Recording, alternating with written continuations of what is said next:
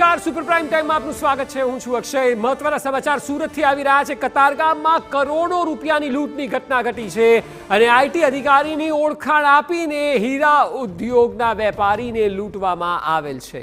હીરા વેપારી પાસેથી 8 કરોડ રૂપિયા લૂંટીને શખ્સો ફરાર થઈ ગયા।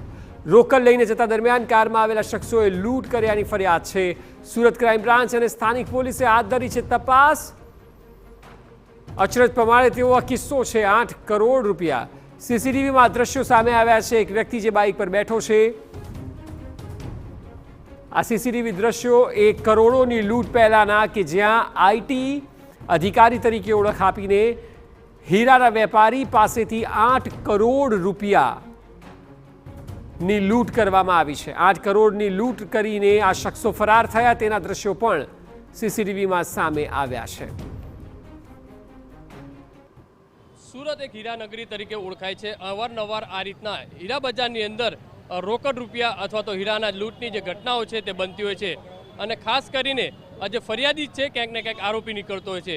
ત્યારે સુરતના કતારગામ વિસ્તારની અંદર આશ્રમ રોડ ઉપર જે રીતે આ એક જે સેફ હાઉસ આવેલું છે તે સેફ હાઉસની અંદર એક જે વેપારી છે તે 8 કરોડ રૂપિયા રોકડા લઈ અને નીકળ્યો હતો। તે દરમિયાન જે કારની અંદર આવેલા કેટલાક જે લૂંટારુઓ છે ઇન્કમટેક્સના અધિકારીની જે ઓળખ આપી અને લૂંટ કર્યા હોવાની જે વાત સામે આવી રહી છે। અહીંયા અધિકારીઓ ક્રાઇમ બ્રાન્ચની જે સુરત સ્થાનિક પોલીસની જે ટીમ છે તે અહીંયા પહોંચી ગઈ છે।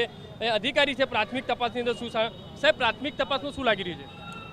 તપાસ ચાલુ છે। હાલ ક્રાઇમ બ્રાન્ચ અને તમામ ટીમ બનાવવાળી જગ્યાએ સીસીટીવી ફૂટેજ ચેક કરવાનું ચાલુ છે। તપાસ ચાલુ છે। પ્રાથમિક શું લાગી રહ્યું છે? ફરિયાદી છે ઓનર સ્રોફમાંથી પોતાના કામ માટેના પૈસા લેવા આવેલું છે એવું પ્રાથમિક જાણવા મળશે। અને કેટલી લૂંટ આશરે 8 કરોડ રૂપિયા।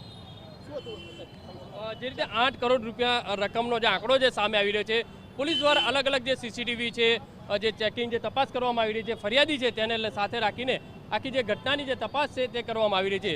મહત્વની વસ્તુ એ છે કે આજે અહીંયા લોકોની અવર જવર હોય છે ને તે દરમિયાન આ રીતની ઘટના બનવી કેટલી યોગ્ય છે। હાલમાં તો સુરત ક્રાઇમ બ્રાન્ચની અલગ અલગ જે ટીમો છે તે તપાસમાં લાગી છે।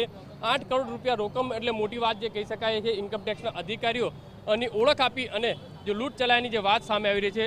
મહત્વની વસ્તુ એ છે કે અધિકારીઓની જે ટીમ છે તે પણ અહીંયા જોવા મળી રહી છે। જોઈ શકાય છે કે સીસીટીવી જે છે તે તપાસ કરવામાં આવી રહ્યા છે।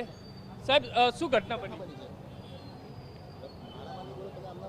પ્રાથમિક ઘટના શું છે? ઘટનાની તપાસ ચાલુ છે। વિગત જાણવા મળે એટલે આપણે જાણ કરીએ છીએ। પ્રાથમિક શું લાગી રહ્યું છે? પ્રાથમિક અત્યારે 8 કરોડની લૂંટ હોય એવું દેખાઈ રહ્યું છે। સાહેબ જે ફરિયાદી જે વિગત આપી રહ્યા છે એ પ્રમાણે શું છે? એ પ્રમાણે તપાસ ચાલુ છે। સીસીટીવી જે રીતે 8 કરોડ રૂપિયાની રોકડ જે ફરિયાદી લઈને નીકળ્યો હતો અને તે દરમિયાન આ ઘટના બની હોવાની જે વાત છે તે સામે આવી રહી છે। પોલીસ દ્વારા જે તપાસ કરવામાં આવશે અને હકીકતની અંદર જ સાચી હકીકત સામે આવશે કે ખરેખર લૂંટ છે કે ફરિયાદી જ જે કાવતરું કર્યું છે। આ તમામ જે વાતો ઉપર જે સાચી હકીકત તપાસના અંતે ખ્યાલ આવશે।